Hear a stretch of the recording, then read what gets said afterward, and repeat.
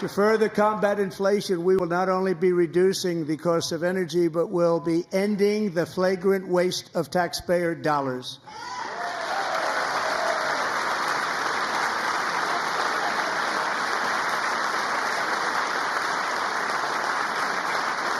And to that end, I have created the brand new Department of Government Efficiency, DOGE. Perhaps you've heard of it. Perhaps.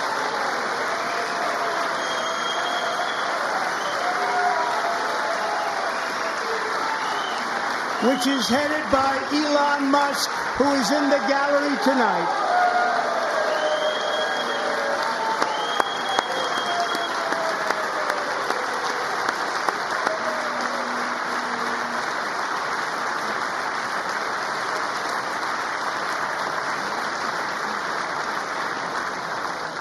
Thank you, Elon. He's working very hard. He didn't need this.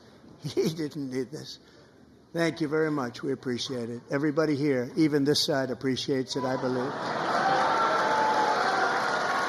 They just don't want to admit that. Just listen to some of the appalling waste we have already identified.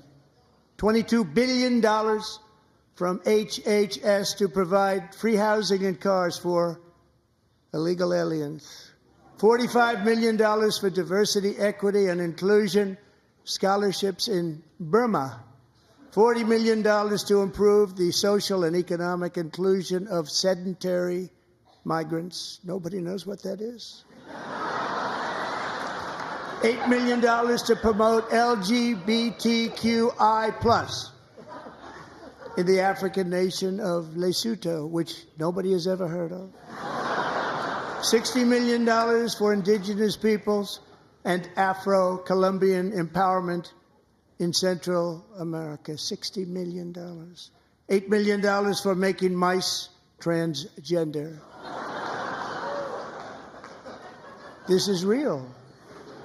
$32 million for a left-wing propaganda operation in Moldova. $10 million for male circumcision in Mozambique. $20 million for the Arab Sesame Street in the Middle East. It's a program. $20 million for a program. $1.9 billion to recently created Decarbonization of Homes Committee, headed up, and we know she's involved. Just at the last moment, the money was passed over by a woman named Stacey Abrams. Have you ever heard of her? A $3.5 million consulting contract for lavish fish monitoring. $1.5 million for voter confidence in Liberia. $14 million for social cohesion in Mali. $59 million for illegal alien hotel rooms in New York City. He's a real estate developer. He's done very well. $250,000 to increase vegan local climate action innovation in Zambia. $42 million for social and behavior change in Uganda. $14 million for improving public procurement in Serbia. $47 million for improving learning outcomes in Asia. Asia's doing very well with learning. I don't know what we're doing. We should use it ourselves. And $101 million for DEI contracts at the Department of Education. The most ever paid, nothing even like it. Under the Trump administration, all of these scams, and they're far worse, but I didn't think it was appropriate to talk about them. They're so bad. Many more have been found out and exposed and swiftly terminated by a group of very intelligent, mostly young people, headed up by Elon, and we appreciate it. We found hundreds of billions of dollars of fraud.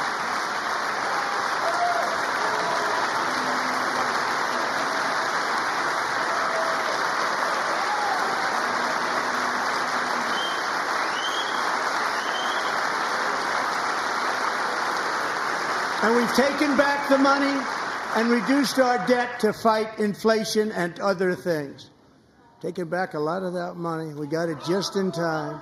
This is just the beginning. The Government Accountability Office, a federal government office, has estimated annual fraud of over $500 billion in our nation, and we are working very hard to stop it. We're going to.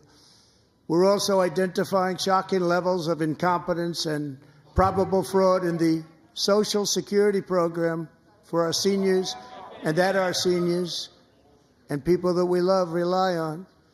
Believe it or not, government databases list 4.7 million Social Security members from people aged 100 to 109 years old. It lists 3.6 million people from ages 110 to 119. I don't know any of them. I know some people that are rather elderly, but not quite that elderly. 3.47 million people from ages 120 to 129. 3.9 million people from ages 130 to 139. 3.5 million people from ages 140 to 149. And money is being paid to many of them. And we're searching right now. In fact, Pam, good luck. Good luck. You're going to find it. But a lot of money is paid out to people because it just keeps getting paid, and nobody does. And it really hurts Social Security and hurts our country. 1.3 million people from ages 150 to 159, and over 130,000 people, according to the Social Security databases, are age over 160 years old. We have a healthier country than I thought, Bobby.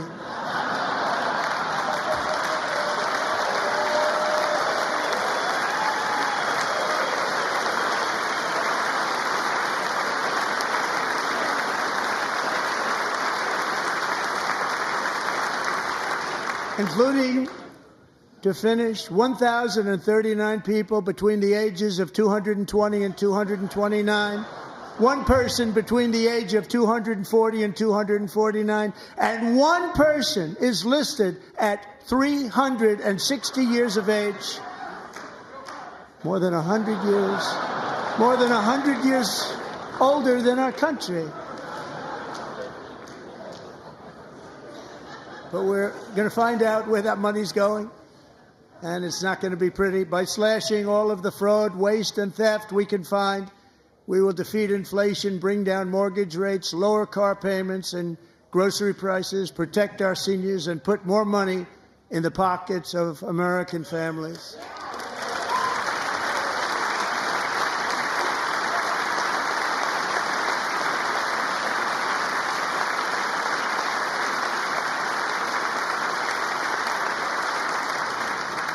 And today, interest rates took a beautiful drop, big, beautiful drop. It's about time.